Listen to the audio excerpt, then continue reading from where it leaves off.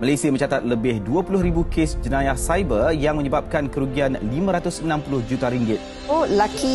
Lagi hina agama, lelaki mulut cabul kena tangkap. Saya percaya ini menimbulkan amarah semua pihak yang mana melihatkan kalau kita lihat sejak kebelakangan ini dari satu kes ke satu kes. Malaysia merekodkan lebih 20,000 kes jenayah cyber tahun lalu. Pengerusi Suruhanjaya Sekuriti Malaysia SC, Datuk Seri Awang Adil Hussein berkata, ia membabitkan kerugian berjumlah RM560 juta.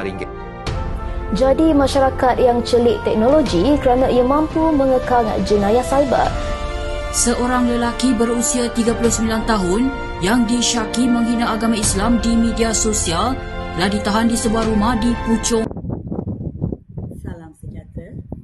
Saya Tamara Chilwi, anak perempuan Lecumanan, nombor matriks 282574. Apa itu jenayah cyber? Jenayah cyber merupakan jenayah yang dilakukan melalui komputer dalam internet. Jenayah ini menyebabkan mangsa menderita dan mengalami kerugian harta benda. Jenayah cyber ini terdiri daripada penipuan dalam talian, pengintipan, judi cyber dan paling bahaya iaitu hacker. Sebagai contoh jenayah penipuan dalam talian melibatkan pembelian dalam talian seperti aplikasi Lazada, Shopee, pakaian wanita iaitu aplikasi Shein dan pembelian handbag yang berjenama. Pinjaman yang tidak wujud, pelaburan dalam talian, Macau scam, African scam dan penipuan sistem pesanan ringkas iaitu SMS lah. Dan banyak lagi. Terima kasih. Assalamualaikum, saya perkenalkan diri saya. Nama saya Muhammad Ridwan Miramni, bernombor matriks 282665. Hari ini saya akan membincangkan berkaitan dengan analisis dan perbincangan berkaitan dengan Undang-Undang Jenayah Cyber. Sekelip mata wang simpanan berjumlah RM75,000 lesap. Maimunah hanya sedar ditipu 8 jam kemudian setelah berasa tidak sedap hati dan terkejut apabila mendapati wang simpanannya selama 40 tahun telah dicuri. Berdasarkan laporan polis Diraja Malaysia PDRM pada tahun 2021, terdapat sebanyak 15.3% dalam kes jenayah komersial yang dilaporkan. Jumlah kes tersebut mencapai 31,490 kes berbanding dengan 27,323 kes pada tahun 2020. Antara jenayah yang paling kerap dilaporkan adalah kes penipuan yang menyumbang kepada 91.6%, iaitu kat sini saya sertakan pada kalian semua di bawah berkaitan dengan jumlah kes tersebut, yang iaitu kes penipuan, kes pecah amanah, kes di bawah akta memberi pinjam wang, jenayah cyber dan juga kes wang palsu.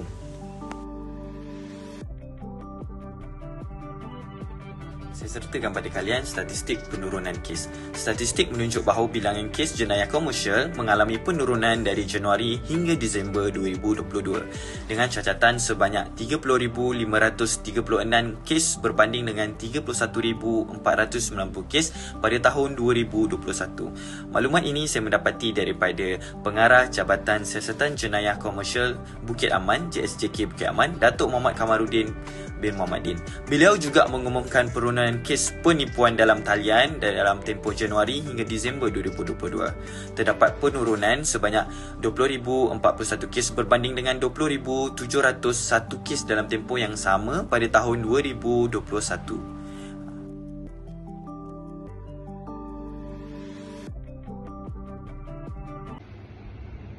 Assalamualaikum dan salam sejahtera. Nama saya Muhammad Amsyar bin Muhammad Arifin, nombor matrik 282360. Saya akan meneruskan penerangan daripada sahabat saya iaitu Muhammad Ridwan Ramli tentang isu jenayah cyber. Sebelum kita pergi dengan lebih lanjut, saya akan terangkan perbezaan antara jenayah cyber dan jenayah konvensional. Jenayah cyber lebih umum dan melibatkan semua golongan masyarakat pada masa kini, termasuklah warga emas dan anak muda. Ia juga tidak mengira bangsa dan agama.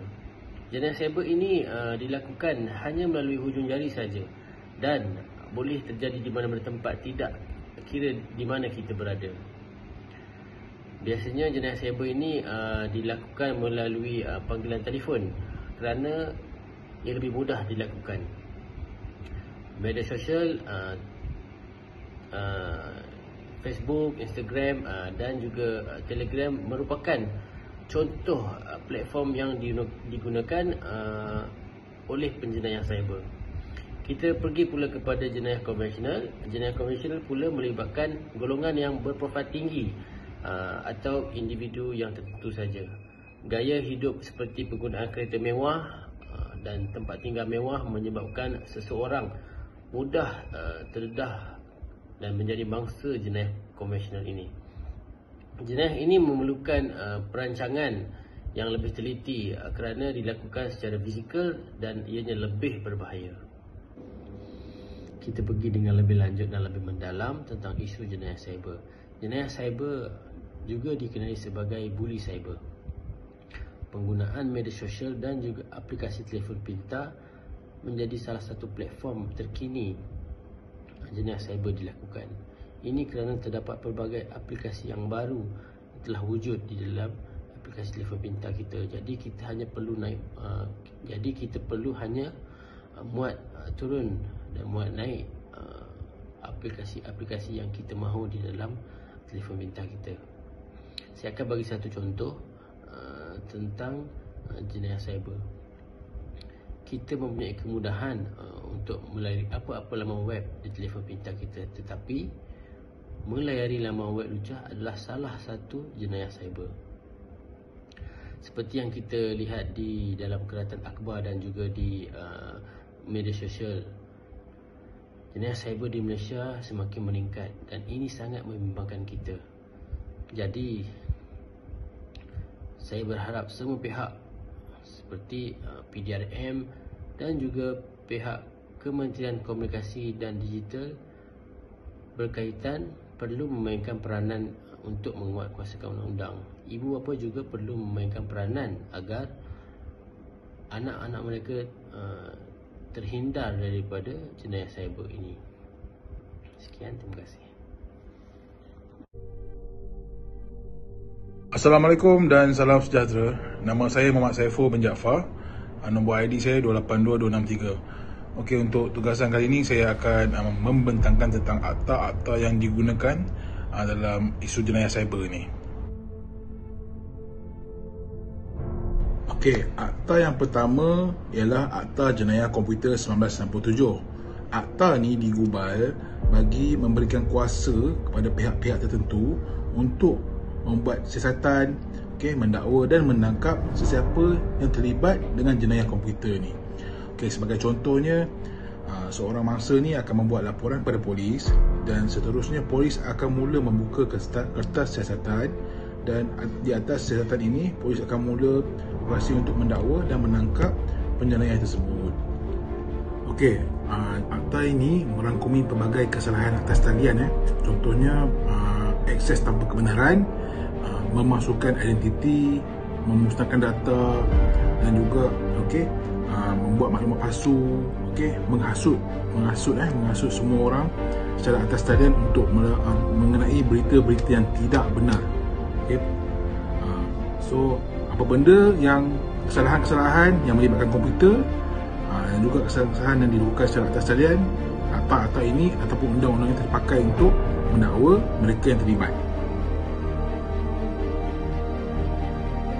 Yang kedua yang boleh saya kaitkan dengan isu jenayah cyber ini pula ialah Akta Komunikasi dan Multimedia, Seksyen 233 dalam kurungan 1 dalam kurungan A, di mana satu tindakan ini akan jadi kesalahan jika seseorang individu tersebut telah menggunakan aplikasi-aplikasi atas talian seperti Facebook ataupun Twitter, dengan memuat naik hantaran-hantaran ataupun posting-posting yang menjelekkan, yang memalukan yang boleh membuatkan seseorang individu yang lain merasa tidak selamat di atas posisi tersebut, sehingga menimbulkan rasa ancaman terhadap dirinya.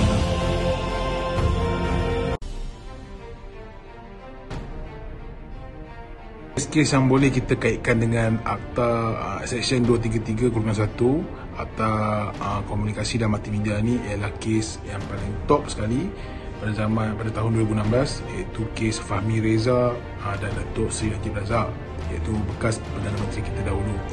Okey, dalam kes antara Fahmi Reza dan Datuk Seri Najib Razak, Fahmi Reza telah memuat naik satu karikatur badut seperti muka Datuk Seri Najib Razak di laman sosialnya pada tahun 2016. Okey, beliau telah pun ditangkap dan didakwa di bawah Akta Komunikasi dan Multimedia, dan beliau telah dibicarakan sehinggalah pada tahun 2018 mahkamah telah menjatuhkan hukuman sebanyak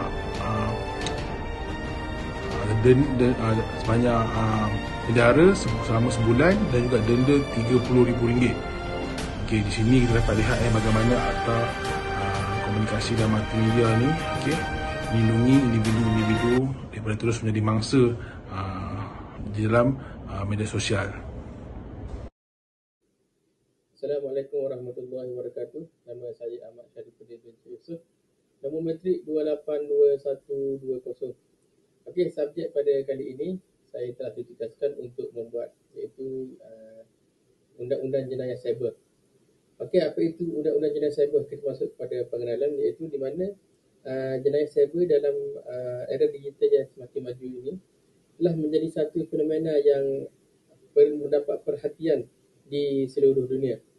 Okey, kerajaan Malaysia juga telah mengambil langkah-langkah untuk memperkenalkan undang-undang yang khusus yang mengawal dan menangani jenayah cyber ini.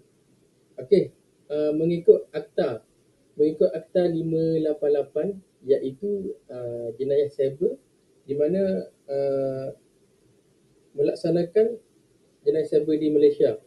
Okey, antara isu-isu yang penting untuk menangani jenayah cyber ini iaitu dalam sepertinya pemalsuan dokumen, pemalsuan identiti, penggodaman, penyebaran maklumat palsu serta pelanggaran hak cipta.